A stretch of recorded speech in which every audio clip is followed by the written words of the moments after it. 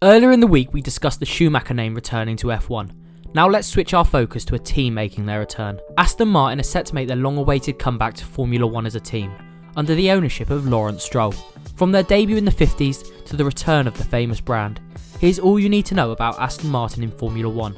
However, before we go any further, don't forget to subscribe to the channel, hit the thumbs up button and turn on notifications so you never miss a video. Let's get into the action.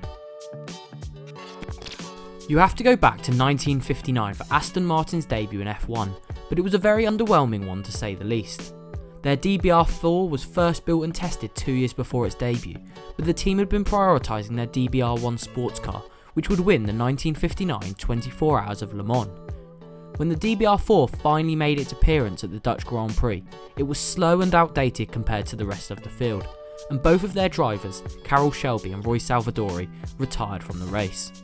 Their next entry at the British Grand Prix saw Salvadori qualify second, but he could only manage a P6 finish, which was outside of the points back in those days, and Shelby retired again. Their season concluded at the Italian Grand Prix, with Salvadori retiring and Shelby finishing 10th. The team returned for the 1960 season with the DBR5, which was much lighter than the 1959 version and featured independent suspension. However, it was a shambolic start to the season.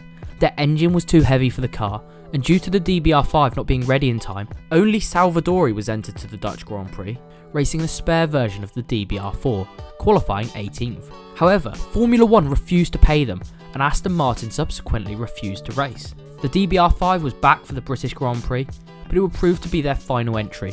With the team failing to score a single championship point, Aston Martin abandoned Formula 1 entirely to focus on sports car racing. Fast forward 50 years, and Aston Martin chairman David Richards announced his intentions to return to Formula 1 in 2010, with the possibility of using the Aston Martin name. However, nothing ever came of this, and it would be another 6 years before Aston Martin would feature in the pinnacle of motorsport again. Between 2016 and 2020, Aston Martin would sponsor Red Bull Racing, even acting as their title sponsor from 2018. During this period, they oversaw Max Verstappen's debut win at the 2016 Spanish Grand Prix, Daniel Ricciardo's Monaco Glory, as well as Verstappen's first ever pole position.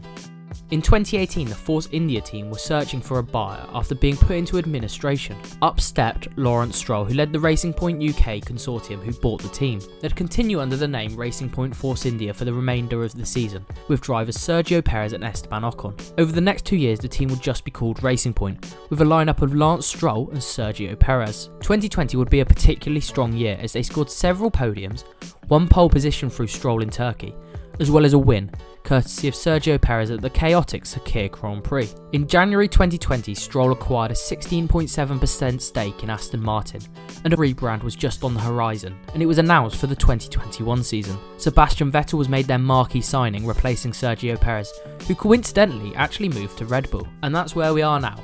Aston Martin will race with a green livery, and Vettel has been getting his first feel in an Aston Martin Formula 1 car. And that's Aston Martin's F1 history. It is a very unique Formula 1 lifespan, one which covers 60 years, but you can count their race starts on a single hand. If you enjoyed the video, don't forget to like, subscribe, and I'll catch you next time.